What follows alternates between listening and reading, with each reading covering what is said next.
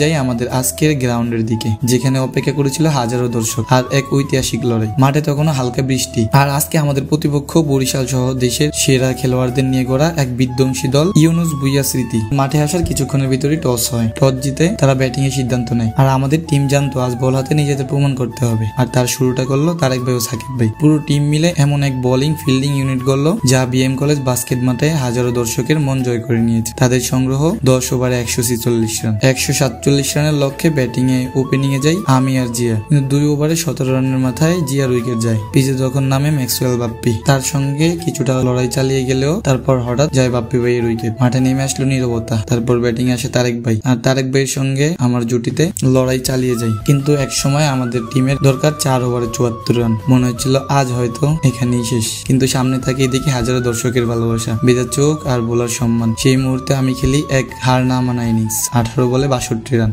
আর আমার ব্যক্তিগত 89 রানে টিম জয়ের দ্বার প্রান্তে। শেষ ওভার দরকার আমাদের 12 রান। প্রথম বলেই বাউন্ডারি আসে তারেক ভাইয়ের ব্যাট থেকে, দ্বিতীয় বল ডট, আর তারেক ভাই রান আউট। তখন আমি স্ট্রাইকে 4 বলে 8 রান। পরপর 2 বল ডট হয়, শেষ 2 বলে দরকার 8 রান। এক বলে আসে বাউন্ডারি, আর দরকার শেষ বলে 4 রান। আর ঠিক তখনই বোলিং এর অতিরিক্ত গতির জন্য umpire call no ball. Opponent team সেই কল মানতে নারাজ। খেলা বন্ধ থাকে প্রায় 1 ঘন্টা। আয়োজক কমিটি ও অপোনেন্ট টিমের সমঝোতায় আমাদের ব্যাটিং এ পাঠানো হয় আবার শুরু থেকে। টার্গেট 147। এবার আমি আর বাপ্পি ভাই শুরু করি। 3 ওভারে 50+, 4 ওভারে 70+ রানে আমার উইকেট গেল। বাপ্পি ভাইয়ের হার না মানা ইনিংস টিমকে নিয়ে যায় জয়ের দ্বার প্রান্তে। আর যখন বাপ্পি ভাইয়ের উইকেট যায় তখন আমাদের টিমের দরকার 13 বলে 17 রান। জিয়ার ভালো ফিনিশিং এ 2 বল হাতে রেখে এক ঐতিহাসিক লড়াইয়ে জয় আসে আমাদের ভোলা ডিস্ট্রিক্ট শর্ট পিচ টিমের, যা ছিল মনে রাখার মতো।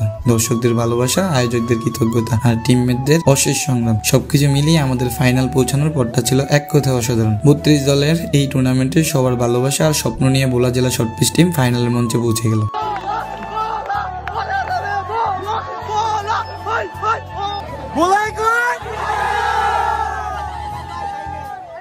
সেমিফাইনালের উদযাপন শেষে আমরা রওনা করলাম খাবার খাওয়ার উদ্দেশ্যে। আর ঠিক তখনই এক দর্শক এসে আমাদের হাতে উপহার তুলে দেয়, আর মুখে তার একটাই কথা, ট্রফি কিন্তু লাগবেই আমাদের। এই ভালোবাসা, এই মুহূর্ত আসলে সবচেয়ে বড় পুরস্কার। ট্রফি একদিন হয়তো পুরনো হয়ে যাবে, কিন্তু মানুষের এই আন্তরিকতা চিরদিন মনে থাকবে। তারপর সবাই একসাথে বসলাম খাবার টেবিলে। এখানে সবাই কিছুটা মতামত প্রকাশ করলাম আজকের এই ম্যাচ নিয়ে।